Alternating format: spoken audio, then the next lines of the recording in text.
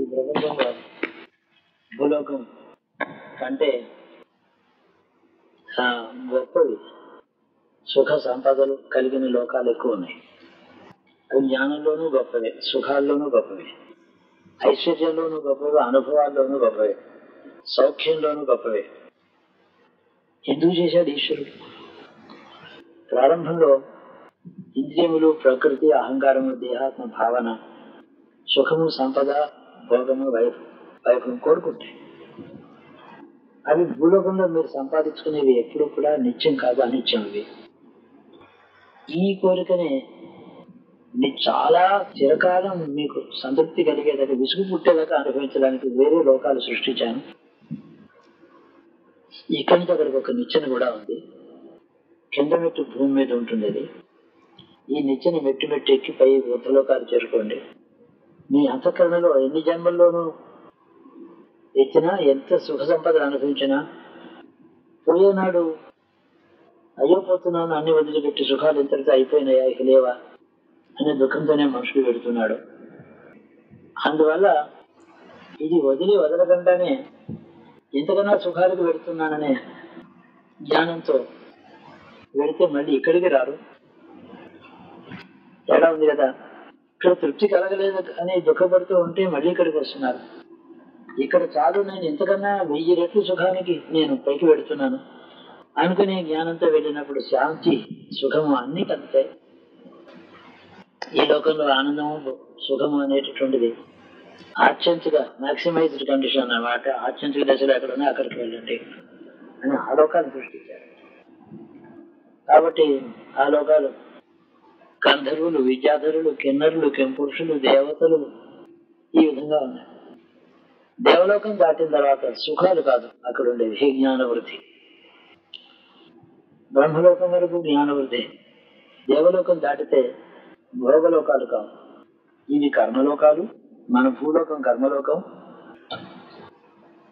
ఊర్ధ్వలోక సంపాదక శక్తి కలిగినటువంటి కర్మలోకం, లేదా జ్ఞానం కూడా సంపాదించుకునేటటువంటి జ్ఞానలోకం, జ్ఞాన సంపాదక లోకం. అదేమో ఇక్కడ సంపాదించిన దాన్ని అనుభవించే లోకాలు, జ్ఞానం కావచ్చు, భోగాలు కావచ్చు. ఆ లోకాలు అలా సృష్టించాడు. చాలా అద్భుతమైన స్కీమ్ అది.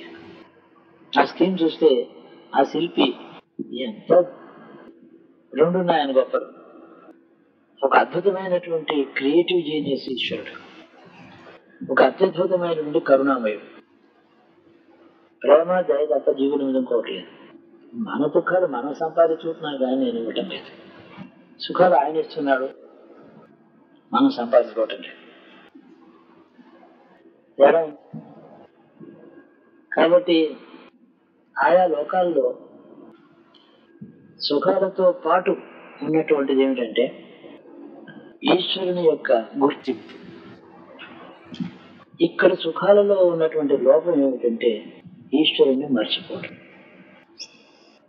అందువల్ల ఈశ్వరుడి గుర్తింపు, ఆయన ఉన్నాడనేటువంటి గుర్తింపుతో ఆయన ఆరాధిస్తూ సుఖపడటం చేత ఆ లోకాలు చిరకాలం వర్ధిల్లుతున్నాయి. ఎంతో కల్పాలు అక్కడ అనుభవిస్తున్నారు సుఖం. స్వర్గంతో దాటి వెళ్ళేటప్పటికి మహర్లోకం, జనోలోకం, తపోలోకం అనే 3 లోకాలు జ్ఞానస్వరూపమైన లోకములు.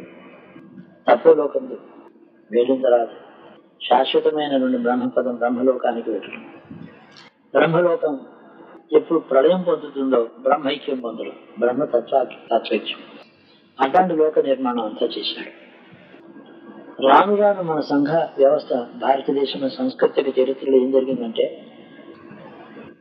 ఆ ఊర్ధ్వలోకాలను కూడా మిథ్యాభూతంగా పరిగణిస్తూ ఇక్కడ ఊర్ధ్వలోకాల మాట ఎందుకు, సుఖ సంపదలు ఎందుకు, జ్ఞానమే మోక్షమే ఇక్కడ లభించేటటువంటి మార్గాలు భూమి మీదే ఉన్నాయి కదా, వాటిని ఎందుకు అనుభవించు, వాటిని ఎందుకు అనుసరించు అని చెప్పడం మొదలెట్టారు.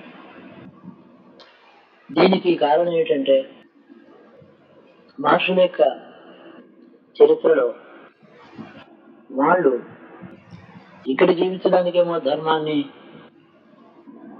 సత్కర్మలను ఇవన్నీ బోధించుతూ వచ్చారు. వాళ్ళు మాత్రం అనుసరించింది మోక్ష మార్గం.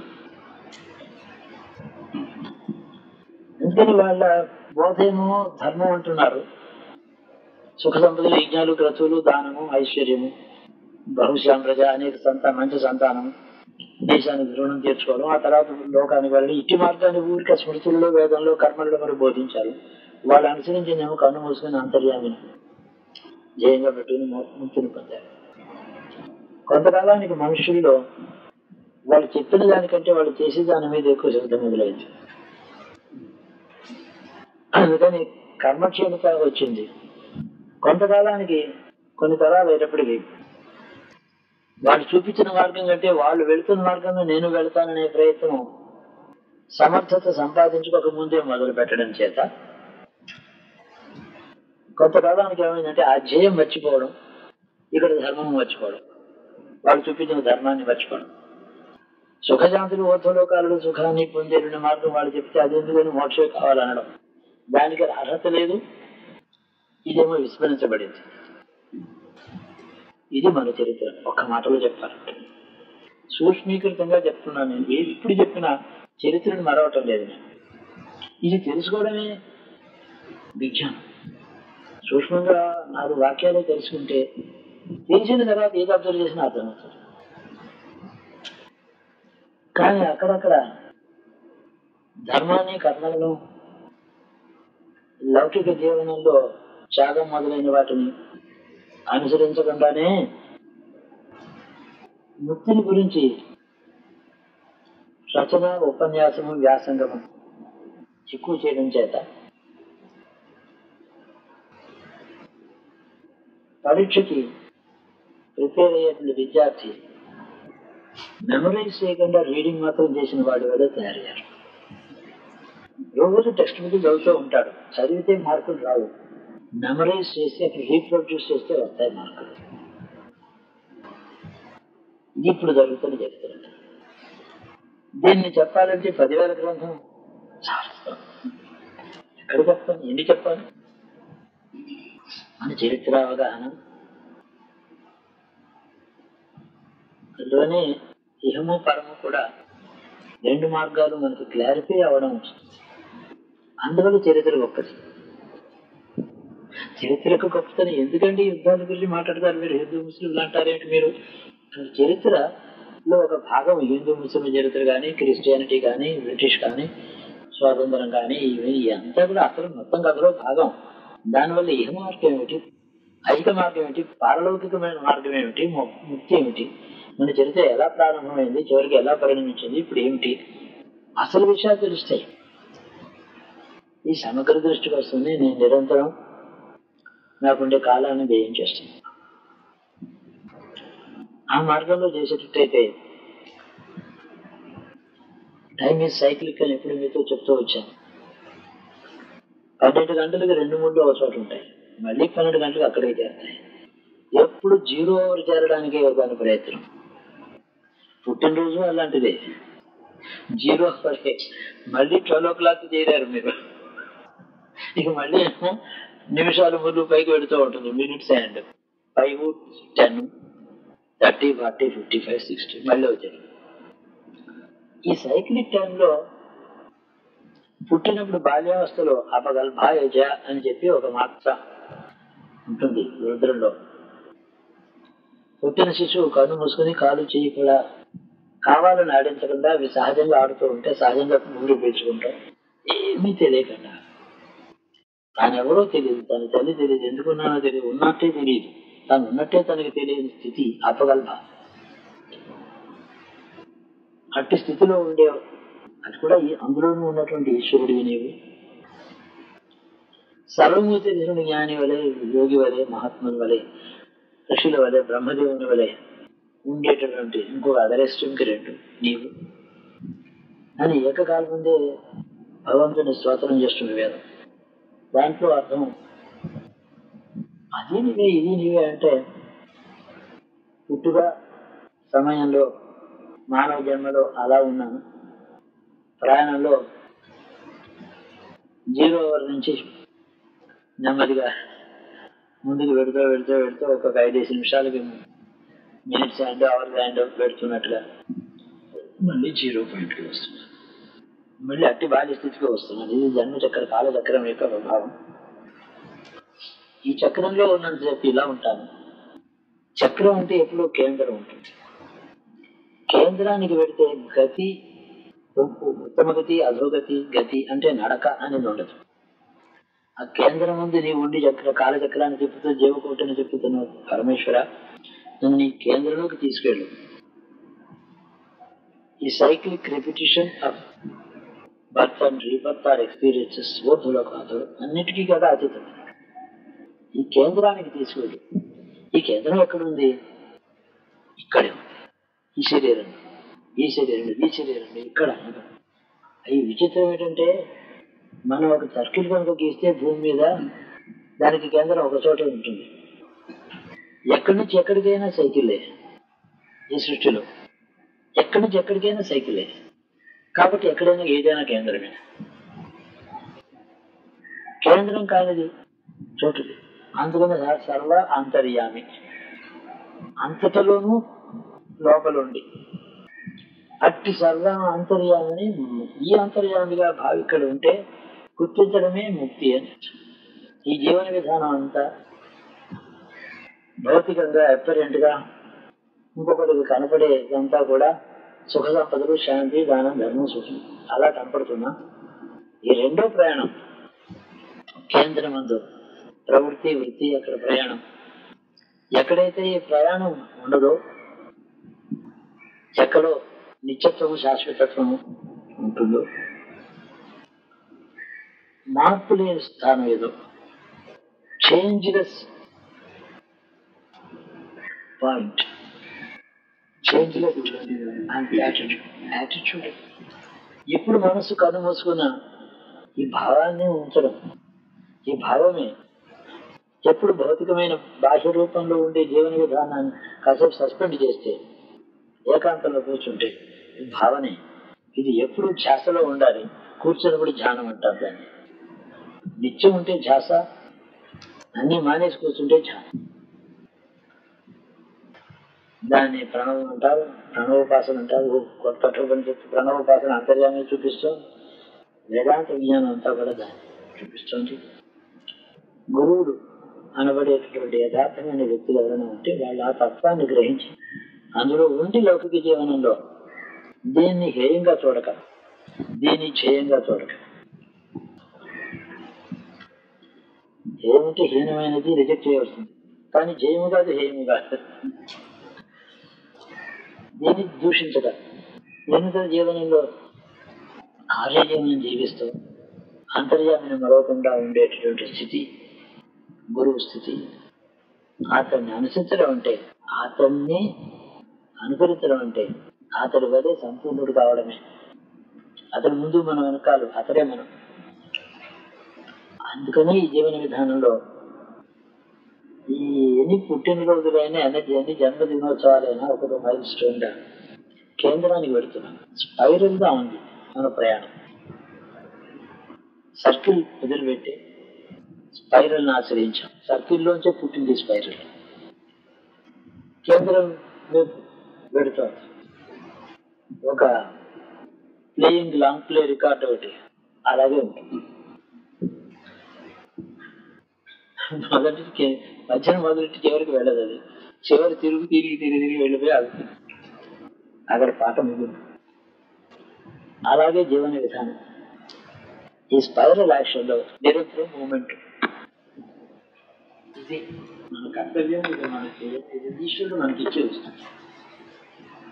ఎందుకంటే ఎవరు ఈశ్వరుడు నిర్దేశించి చెప్పినటువంటి ఆ నిమిత్త మాత్రమైన అస్వతంత్రుడై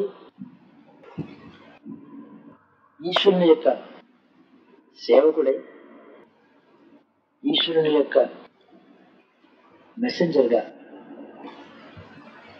ఉండి మనుషులకు పనికొచ్చే వస్తువు.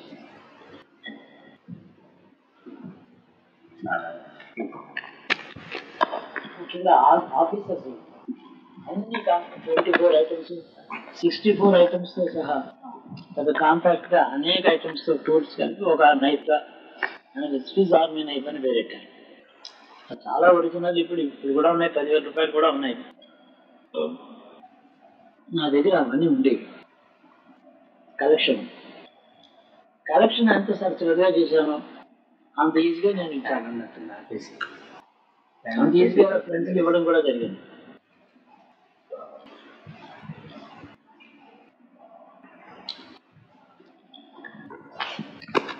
అలా ఇవ్వకుండా ఉంటే ఇంకో ఇల్లు కట్టుకున్నా సరిపోదు కదా.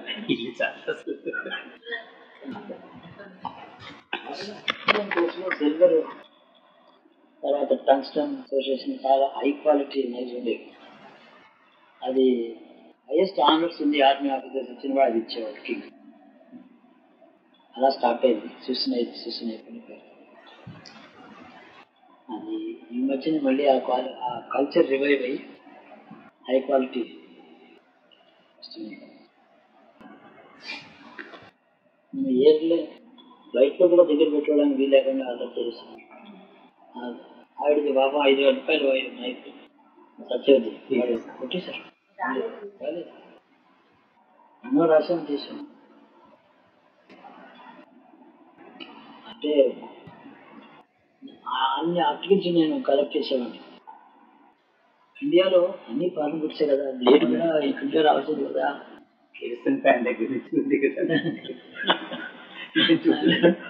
అన్ని ఇంట్లో కొన్ని ఉండేవి, నేను కలెక్ట్ చేస్తూనే ఉండేవాడిని. కాస్ట్లీ వాచెస్ కానీ,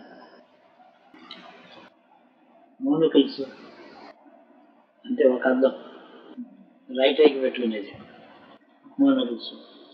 దాన్ని అది పిన్స్ నెజ్ అంటారు. దాన్ని పిన్స్ నెజ్ అంటే అది ఒకటి. అవి కూడా ఉండేవి, అన్నీ లండన్లో తయారు చేసినవి, మంచి క్వాలిటీ బుక్స్.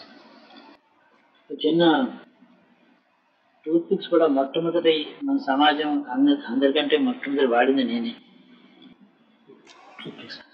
జపనీస్ నుంచి ఒటాని అని ప్లాస్టిక్ కోటెడ్ టూత్ పిక్స్ వచ్చేవి.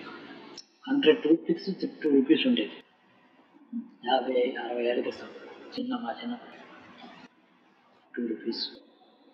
చాలా సూపర్ ఫైన్గా ఉండేది. ఆ తర్వాత నేను వాడటం మొదలెట్టాను, ఇక అందరికీ ఇవ్వడం మొదలెట్టాను. ప్రాబ్లం ఇప్పుడు అదొక కల్చర్. ఏం చెప్తున్నానంటే క్వాలిటీ గుడ్స్ పెద్ద క్వాలిటీ లేదు, క్వాంటిటీ పెరిగిపోయింది అన్ని రకాలు. 50 రూపాయలు కావచ్చు, 30 రూపాయలు కావచ్చు, అలాగా. ఇక భగవంతుడు అనుగ్రహంతో మృత్యుంజయ అయితే 65 కూర్చొని కదా 15లోకి వచ్చారు. కంప్లీట్ సీనియరిటీ వచ్చింది. 6 years నుంచి all 6 birthdays. అందులో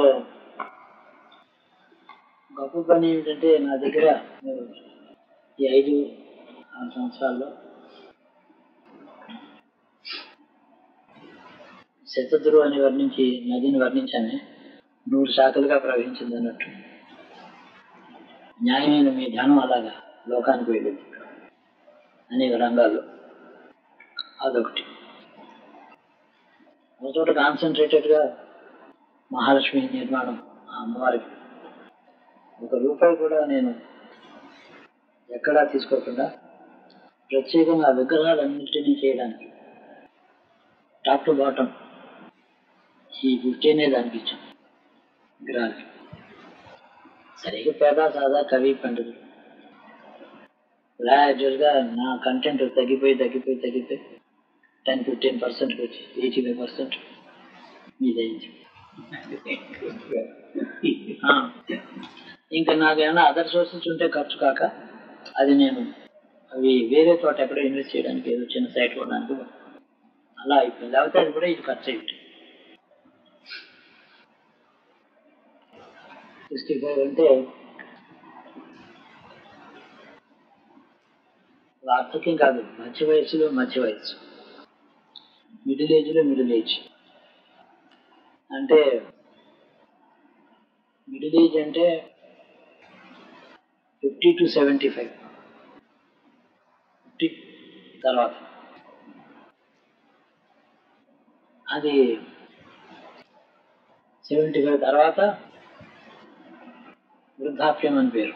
వృద్ధాప్యం అంటే కాళ్ళు చేతులు స్వాధీనం లేక పళ్ళు నవ్వలేక అది కాదు, లోపల జీవుడు వృద్ధి పొందిన కాలం అని అర్థం.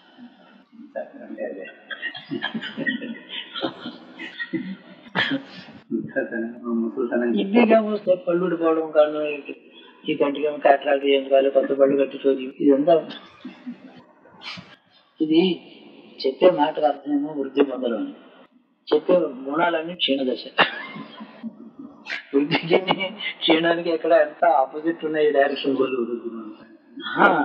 వ్యక్తి వృద్ధి పొందడం అని వాళ్ళ ఆ మాట వాడితే ఉత్సాహం అంటే కాట్రాక్ట్ తీసుకోవడమే, డయాబెటీస్, పిచ్చిగా ఉంది సమాజం. బాగా లేదు నాకు అన్ని ఆ వింటే చూశాకలో మాకంటే నాకు ఇక వృద్ధి ప్రారంభం అర్థం. వృద్ధి ప్రారంభం 75 నుంచి అంటే దానికి పూర్వరంగా ఎటువంటి వృద్ధిది 65 వరకు ఇహలో ధర్మ పరిపాలన,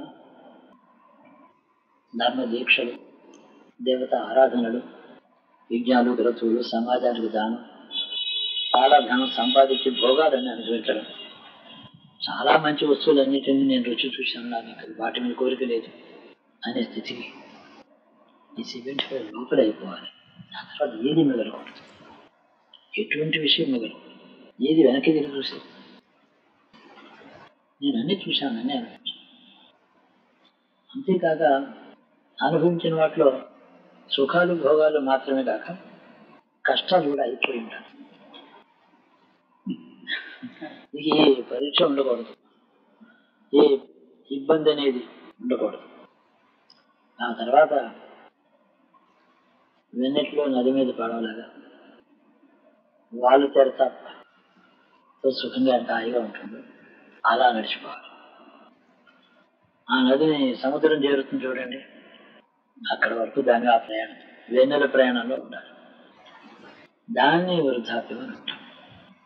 కనీసం 75 నుంచి 100 దాకా వృద్ధాప్యం. దానికి పూర్వరంగమే పూర్వపుణ్యం చేత యవనంలో ఉండగానే మధ్య వయస్సు యొక్క అనుభవాలు, మధ్య వయసులో ఉండగానే వృద్ధాప్యంలో ఉండే అనుభవాలు వచ్చిన వాళ్ళు పెద్ద రుణగ్రస్తులు కారని అర్థం.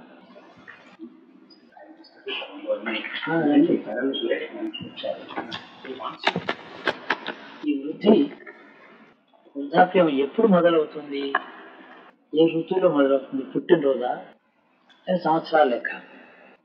పురుషుడు అర్ధరాత్రి శ్రావణ మాసంలో పుట్టాడు, అష్టమి నాడు.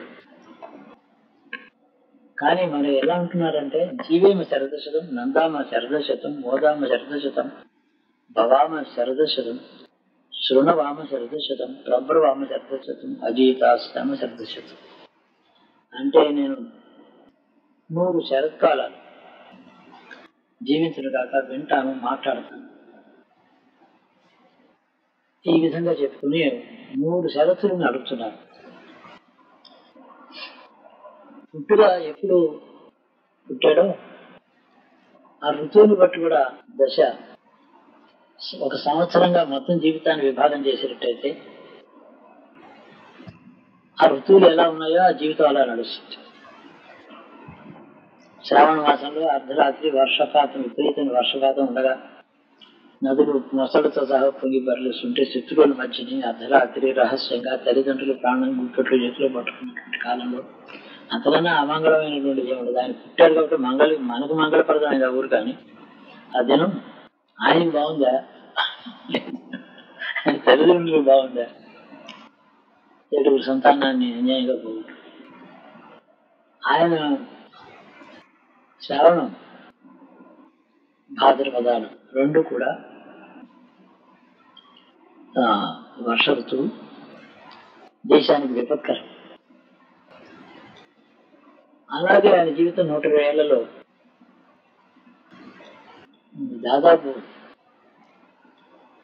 ఒక 6వ వంతు 20 ఏళ్ళు ఆపదలే. పుట్టుగానే బాలారిష్టాలు, బాలారిష్టాలు, రాక్షసుల భయం, ప్రాణ సంకటం, తన చుట్టూ ఉండే ఆపదల్ని జయించుకుంటూ వాటిని దుష్టశక్తులు నాశనం చేసుకుంటూ తను క్షేమంగా పెరగడానికి, బతికి బట్ట కట్టడానికి అంటారే, దానికే సరిపోయింది. తను ఇతర రాజపుత్రుల వలె సుఖంగా విద్యాభ్యాసానికి వెళ్ళడం, వేటలకు వెళ్ళడం, భోగాలు, సుఖంగా పృష్టాంగ భోజనం, మంచి వస్త్రాలు, రసాలు, ఆదర పుట్టినంతాన్ని ఆయన జీవితంలో మొట్టమొదటిగా సంవత్సరంలో ఏ ఋతువులో పుట్టాడో ఆ ఋతువు సంవత్సరంలో ఎంత భాగము అంతకాలం కష్టకాలమే. వెంటనే ఈ వర్ష ఋతు తర్వాత శరత్ ఋతువు, ఇది ఈ ఆశ్వీజ కార్తీకాలు, ఇవి చాలా జీవేమ శరదశతం 100 శరత్తులు ఉంటాను అని చెప్పడానికి శరత్కాలం చాలా శక్తి, ప్రాణశక్తి, పుష్టి, ధనము, సుఖము, అష్టైశ్వర్యములు ఇచ్చే కాలం ఇది. ఆ విధంగా ఆయనకి 3 పూలు 6 కాయలకి వెళ్ళడం మొదలెట్టాడు. ఆ 20 ఏళ్ళు అంతా అయిపోయినప్పుడు ఆ తర్వాత మార్గశిర మాసాలు ఇవన్నీ వచ్చేటివి, సంక్రాంతి వచ్చేటివి, రాక్షస సంహారం, పెద్ద పెద్ద కార్యక్రమాలు, రాజకీయం, జీవితం చూసేటట్టయితే మీకు అలాగే అనిపిస్తుంది. శరత్కాలంలో పుట్టిన వాళ్ళు ఆలాదంగా అదృష్టవంతులని అంటారు. ఇవాళ శరద్ ఋతువు, శరత్ పూర్ణిమ. ఇవాళ వేదంలో చెప్పిన 100 శరత్తులు జీవిస్తాను, సంతోషిస్తాను, మోదామా, నందామా, ఆనందిస్తాము, ఆనందింపజేస్తాను, ఇవి భావాలు ప్రారంభ దశలో అందులో సుఖజీవనానికి సూచన చేస్తుంది. కాబట్టి జన్మ టైమే నేను అన్నట్టు వృద్ధాప్యానికి పూర్వరంగమైనటువంటి మధ్య వయస్సులోని ఆధ్యాత్మిక చింతన ముందుగా రావడం. కొద్దిగా ఈ జ్యోతిష్ శాస్త్ర పరిచయం చేస్తున్నాను, ఇలా మీకు అన్ని క్లియర్గా కనిపిస్తాయి. అలాగే అల్ప సంతానం కాదు, బహుళ సంతానం కాదు, సామాన్యంగా ఉండడం, వాళ్ళ వల్ల మనకి ఇబ్బంది లేదు. వాళ్ళు అంటే ఏమిటి, వాళ్ళు మన మనసుని, మన భావాన్ని, ఇష్టాన్ని తెలుసుకుని ప్రవర్తించేవాళ్ళు. ఆ విధంగా వాళ్ళు దాదాపు బాగుంటుంది. అందుకని ఈ అర్థంలో మధ్య వయస్సులోనే వృద్ధాప్యంలో రావలసిన స్థైర్యము, వైరాగ్యము, చాలు అనే సంతృప్తి శరత్కాలంలో పుట్టడం చేత వచ్చిందని జ్యోతిష్ శాస్త్ర సూచన ఏడవ మాట్లాడి. కాబట్టి నిజంగా వృద్ధాప్యం వచ్చేటప్పటికి, వృద్ధాప్య ప్రారంభానికి, వృద్ధాప్య చివరి కాలంలో ఉండవలసిన సంతృప్తి, అనుభవం, శివానుగ్రహం, ఆ దర్శనం, అనుభూతి, ఆనందము, సుస్థిరమైన యోగ స్థితి రావడం. ఈ విధంగా మధ్య వయస్సు ఏమో అప్పుడే 10 ఏళ్ల క్రితం మొదలైంది. నేనేమిటి, బాబా గారి దగ్గరికి వెళ్ళారు, లేకపోతే మహారాజ్ దగ్గరికి వెళ్ళారు, యోగులు జ్ఞానులు సేవలు చేసుకున్నారు, దానాలు చేశారు. ఇదంతా ఆ వయసులో అందరికీ రాదు కదా. 10 ఏళ్ల క్రితం ఏంటి, 50 ఏళ్ళ అంటే ఈ సూచన ఏం తెలుస్తోంది? సామాన్యంగా ఎంతో బాగా పండితుడు అవి ఇవి చేశాడు, సత్కార్యాలు చేసిన అన్నవాడికి 75 ఏళ్ళకి కొన్ని కొంచెం మనసు విరామం చేసుకుని, విశ్రాంతి తీసుకుని, వైరాగ్యం అభ్యసిద్ధాన్ని కోరికగా ఉందండి అంటూ ఉంటాడు. 75 ఏళ్ళకి మొదలెడతాడు. అలాంటి సామాజిక స్థితి మన యుగం. ఇది ముందరే రావడం చేత 65కి అప్పుడే శారీరకంగా కాక లోపల అంతర్గతమైన జీవాత్మకు వృద్ధాప్యంలో ఒక దశ అప్పుడే గడిచింది. అది ఎప్పుడైతే వచ్చిందో లోపల ఉండే జీవుడికి ఉండేటువంటి స్థితిని బట్టి భౌతికమైన శరీరానికి కూడా అలా ఉంటుంది, బాగుంటుంది. వేదన, ఆశ, నిరాశ, సుఖ దుఃఖాల మధ్యన కొట్టుమిట్లాడటం, రాగద్వేషాలు ఉండడం, ఇవన్నీ ఉన్నప్పుడు అవి లోపల జీవుడిని ఎలాగా బాధ పెడతాయో వాటి ఎఫెక్ట్ ఈ శరీరం మీద కూడా ఉంటుంది. అది ముందరే మనకి వర్జించినప్పుడు పూర్వరంగంలో ఉండే మధ్య వయసు అలా ఉండిపోతుంది. అర్థమైంది కదా నా లాజిక్. పూర్వరంగంలో మధ్య వయసు వృద్ధాప్యంలో కూడా మధ్య వయస్సు పొడిగించడం. స్థూలంగా డివిజన్ ఇది. ప్రతి వ్యక్తికి వేరియేషన్స్ ఎగ్జామ్ ఉంటాయి. వృద్ధాప్యం యొక్క జ్ఞానస్థితి, వైరాగ్య స్థితి ముందుగా రావడం, ఆ కారణం చేత యవ్వనంలో ఉండవలసిన మధ్య వయసులో ఉండేటువంటి శరీర స్థితి వృద్ధాప్యంలోకి వెళ్ళడం, రెండు opposite directions. I'm trying to clarify that. అసలు చాలా బాగుంటుంది, అది జరుగుతుంది. అది క్లియర్ గా తెలుస్తుంది. అబ్జర్వ్ చేసిన వాడికి అంత ఉండాలి, అసలు అనుకుంది మెగానే ఉండాలి కదా, ఉంటే అర్థం అవుతుంది. నేను చాలా మందిలో ఇలాంటి అబ్జర్వ్ చేస్తూ ఉంటాను. ఈ మనిషికి 82 ఏళ్ళు వచ్చాయి, లోపల అంతఃకరణ అంతా కూడా యవ్వనంలో ఉంది. ఇంకా వృద్ధాప్యం స్టార్టే కాలేదు. వృద్ధాప్యం పోకముందే, రాకముందే, 90 ఏళ్ళు దాటకముందే ఈయన మధ్య వయసులోనే పోయినట్టున్నాడే అనిపిస్తుంది. అంటే మధ్య వయసు లోపల అంతే, జీవుడికి మధ్య వయస్సు, శరీరానికి ఏమో శిథిలం పోవడం. కాబట్టి పూర్వరంగం బాగుంది అంటే కృష్ణుడే ఎగ్జాంపుల్. ఆయన 82 సంవత్సరములకే ఆయన పుట్టుకతోనే వృద్ధుడు, జ్ఞాన వృద్ధుడు.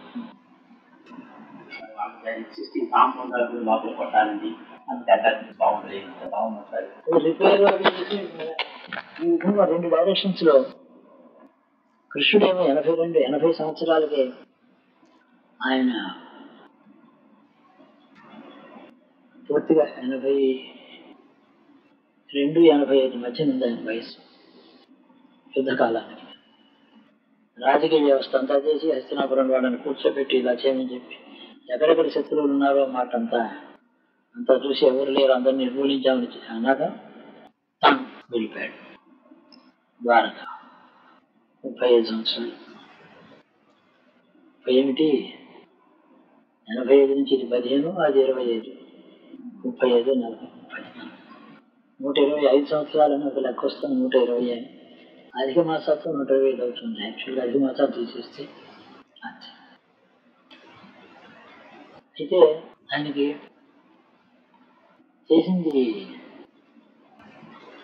అంతర్ముఖుడై సాధనకు వచ్చేవాళ్ళు, భక్తులుగా వచ్చేవాళ్ళు, జ్ఞానబోధన కోరి వచ్చేవాళ్ళు, తను ఆరాధించడానికి వచ్చేవాళ్ళు, వాళ్ళకి మాత్రమే తాను ఆడియన్స్ ఇచ్చాడు. రాజకీయాలు లేవు. రాజకీయం యుద్ధంతో అయిపోయింది. వాళ్ళు ఎప్పుడు వస్తారు?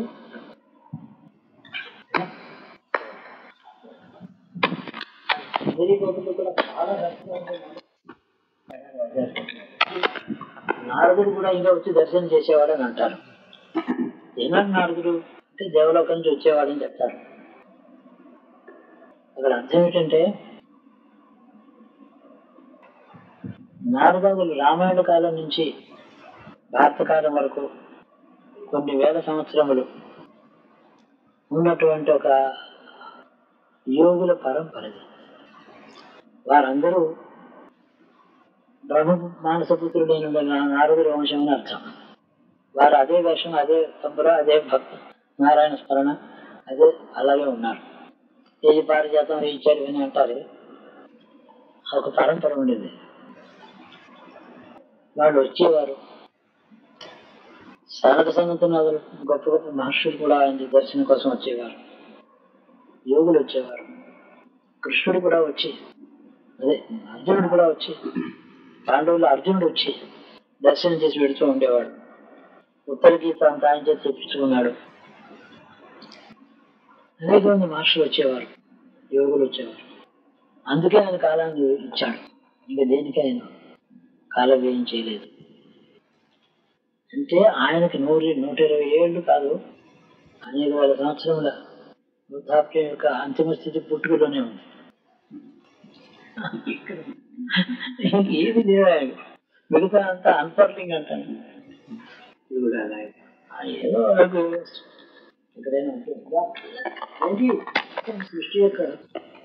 సృష్టి మొత్తమైనటువంటి కాలచక్రాన్ని మనం చూస్తే లార్జెస్ట్ వీల్ సృష్టి చక్రం స్మాలర్ వీల్ యుగ చక్రం, స్మాలర్ వీల్ యుగంలో అంతర్యుగాలు.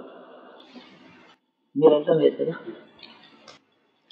కాబట్టి the large wheel of creation and recreation, బ్రహ్మకల్పం, అందులో భూలోకం మీద యుగాలు, అందులోనూ అంతర్యుగాలు, అందులో 60 year సైకిల్, అందులో మంత్ సైకిల్, ఇలాగా స్మాలర్ వీల్ స్మాలర్ పెడితే పెడితే మెగా టైం. చర్చలోకి వచ్చినప్పటికి మన చిన్న రిచార్జ్లో 12 అంకెలు రోజు తిరుగుతూ ఉండడం కనిపిస్తుంది. మొత్తం 2 centimeters డయామీటర్ ఉన్న దాంట్లో కాలచక్రమే జరుగుతుంది. ఆ వీల్ ఆఫ్ టైం మొత్తం తెలిసిన వాడికి చిన్నదేమో ఆబ్వియస్ గా ఉంటుంది. చిన్నదాని యొక్క నడక తెలుసుకుంటే పెద్దదాని యొక్క పెద్ద లార్జెస్ట్ వీల్ యొక్క గమనం అవగాహన అవుతుంది. అది తెలిస్తే ఇది ఆబ్వియస్, ఇది తెలిస్తే అది అవగాహన. కాబట్టి ఇది అదే తెలియాలని కాదు, ఇది తెలుసుకుంటే అది తెలుసు, దాని అర్థం అవుతుంది. ఈ విధంగా మనుషులందరూ కృష్ణావతార కాలానికి నేను కాలాన్ని ఆయన చెప్పడం ఉద్దేశం ఏంటంటే మొత్తం కాల స్వరూపం నాకు తెలుసు, నా అనుభవంలో ఉంది. నన్ను చూస్తే నేను కాలాన్ని ఇంకొకరికి చెప్పడంలో అర్థం ఏంటంటే నన్ను చూస్తే నీకు అది అర్థం అవుతుంది, అంతే కదా. దాన్ని చూస్తే కదా వీళ్ళకి అర్థమయ్యేది. నన్ను ఎందుకు చూడాలి? తెలిసిన వాడిని చూస్తే తెలుస్తుందని, అనుభవాన్ని చూస్తే అనుభవం రిఫ్లెక్ట్ అవుతుంది. ఆ విధంగా కాలచక్రమే ఆయన బుద్ధి అందు ఎప్పుడు always all time awareness, all the time all time awareness. అది ఒక గొప్ప అద్భుతమైనటువంటి వ్యక్తిత్వం. ఎవరో మహర్షులకు ఉంది, మహర్షులకి ఆయనకి తేడా ఏమిటండి? వాళ్ళకు ఉంది కదా జ్ఞానం. అంటే వాళ్ళు ఇక్కడ పుట్టి పెరిగి తపస్సులు ఆచరించి యుగ యుగాలు జీవించి సమాధిలో ఉండి ఉండి తెలుసుకున్నారు. తెలుసుకున్న తర్వాత పుట్టాడు.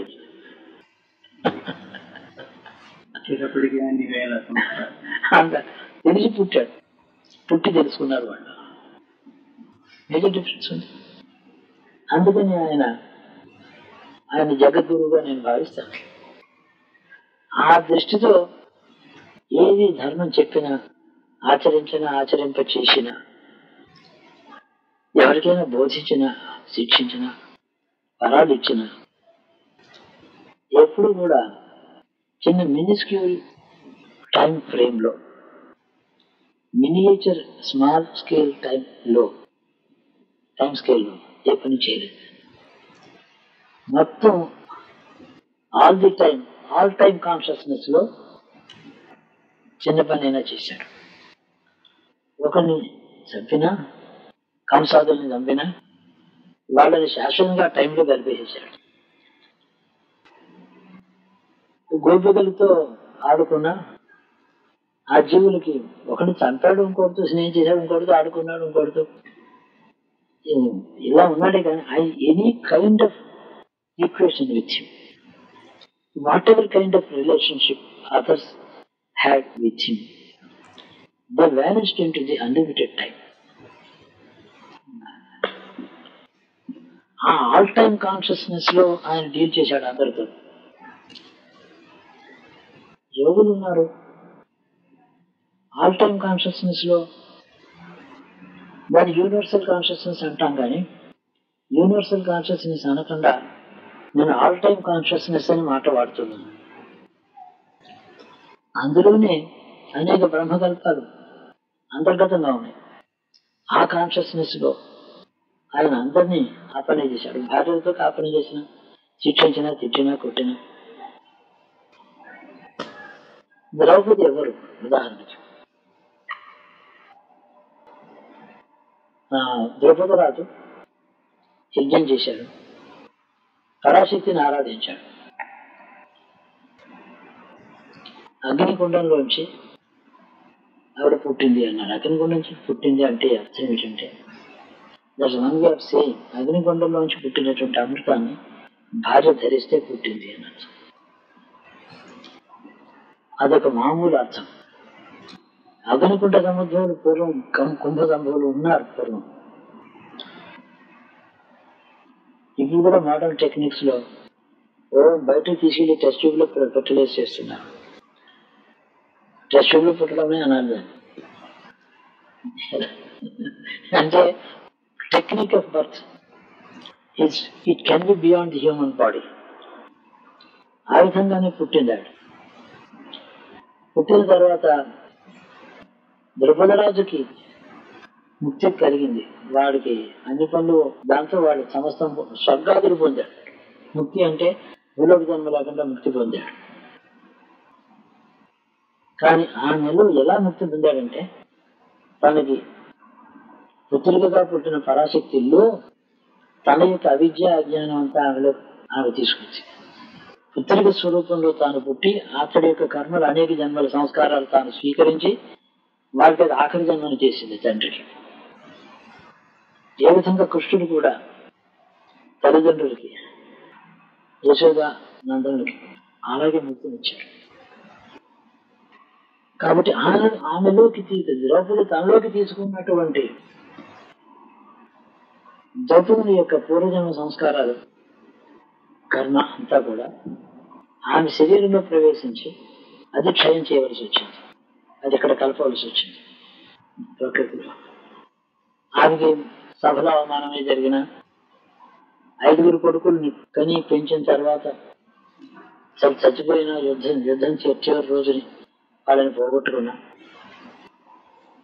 ఆవిడ అనుభవాలన్నీ కూడా తన శక్తి పరాశక్తి అంశం శరీర ధారణలో ఈ లోకంలో మాలిన్యం తాను తీసుకుని అతడి వాటిని క్షయం చేసుకోవడానికి అనుభవించినవే కనిపిస్తాయి.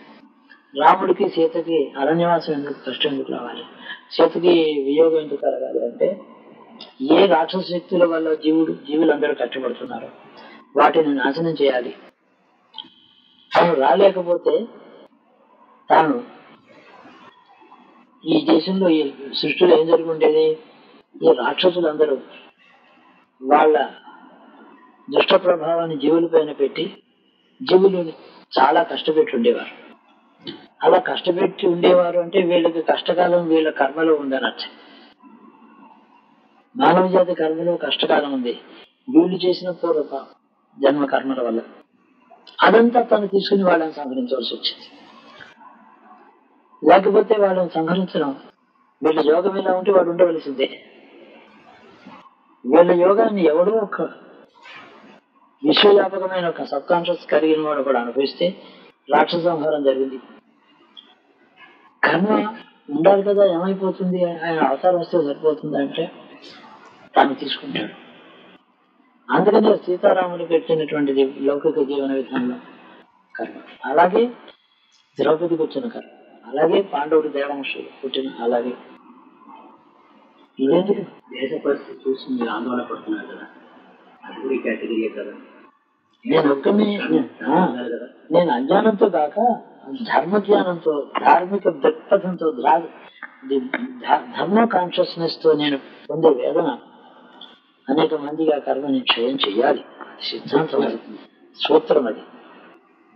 అవడం ఈశ్వరేచ్ఛది, కాకపోవడం ఈశ్వరేచ్ఛది. ఎంత అవుతుందో అలా అనుభవిస్తే వేదనే కదా చెట్టు వరకు. ఒకడు మృత్యుబాధ పడ్డాడంటే వాడి కుటుంబ సభ్యులు అనుభవించేది మృత్యు కాదు, వేదన. ఏదైనా అంతే, వస్తువు రావడానికి పోవడానికి అంతఃకరణలో పొంగిపోవడం కుంగిపోవడం అనే రెండే ఉంటాయి, అంతే కారణం. కాబట్టి ఎవరైతే ఈ భూలోకానికి చెందక ఇక్కడికి వచ్చారో, పూర్వజన్మ లేని వారు ఉత్తర జన్మ లేని వారు ఎవరైతే ఉన్నారో, లేదా కర్మవశాత్తు కాక స్వేచ్ఛ చేత మాత్రమే ఉత్తర జన్మ పూర్వజన్మ కలిగిన వారు ఎవరైతే ఉన్నారో వాళ్ళు మానవ జాతి యొక్క కర్మక్షయం కోసమే జీవిస్తారు. వాళ్ళని అనుసరించడం చేత ఈ టోటల్ టైం ఫ్రేమ్ ఉంది అంటే ఆ ఫ్రేమ్లెస్ టైం ఉంది, ఇంకా మోర్ అప్రోప్రియేషన్ దాంట్లోకి కలిసిపోతుంది. ఈ జీవాహంకారం అంతా అందులో కలిసిపోతుంది. కాబట్టి ఆ జీవుల యొక్క సంపర్కం కోసం, సహజీవనం కోసమే ఎంతకాలం జీవించినా అదే ఒక సార్థక్యత. తన కోసం తాను జీవించడం అనేది సామాన్య విషయం. తన కోసం కాక ఇంకొకరి కోసం జీవించడం ఉత్తమ గుణం. అది వేరే అంత. రాముడు కృష్ణాదుల దగ్గర నుంచి మహాయోగుల వరకు ఒక సామాన్యుడు జ్ఞాన వైరాగ్యాలతో సుఖజీవనం చేస్తూ ఉండడం అనే దాంట్లో అర్థకి కూడా నీ కోసం నీవు జీవిస్తున్నావా అంటే నాకు కోరికలు ఏం లేవు, మరి ఎందుకు జీవించాలంటే నేను ఉండటం చేత నా మనుగడ వల్ల ఏ పశుపక్షాలకి ఉపకారం జరిగినా నా మనుగడ నా కోసం జీవించడం కర్మహేతు అవుతుంది, పునర్జన్మ హేతు అవుతుంది. తన కోసం కాక విరాగి జీవించడమే పునర్జన్మ హేతువు లేనటువంటి జీవన విధానం. అదొక అద్భుతమైనటువంటి దాన్ని వీళ్ళు స్పిరిచువల్ లివింగ్ అవి అంటుంటారే, ఆ మాటకు అర్థం ఇలా తీసుకోవాలి. వితౌట్ ఇట్ స్పిరిచువల్ లివింగ్ అనేది ఏం లేదు. Living is material. What is spiritual living? ఆకలి దట్టుగా నిద్ర. సోల్ ఇవాల్వ్ దాని కోసం జీవిస్తున్నాం అని ఎలా ఉంటుంది అంటే సోల్ జీవనం కోసం సొంతానికి అదేమీ లేదు. ఆ జీవాత్మ యొక్క ఇవాళ అంటే దాని వైరాగ్యం ఎప్పుడైతే పోయిందో దాని అంతా అదే ఉంటుంది. అది శరీరం లేకపోయినా అది ముక్తిని పొందుతుంది. ఉండాలనే లేదు. శరీరం ఉంటే ఏమిటంటే లోక కళ్యాణమే కావాలి. స్వార్థం తను ఇచ్చేదే తప్ప తీసుకునేది ఉండదు. అంత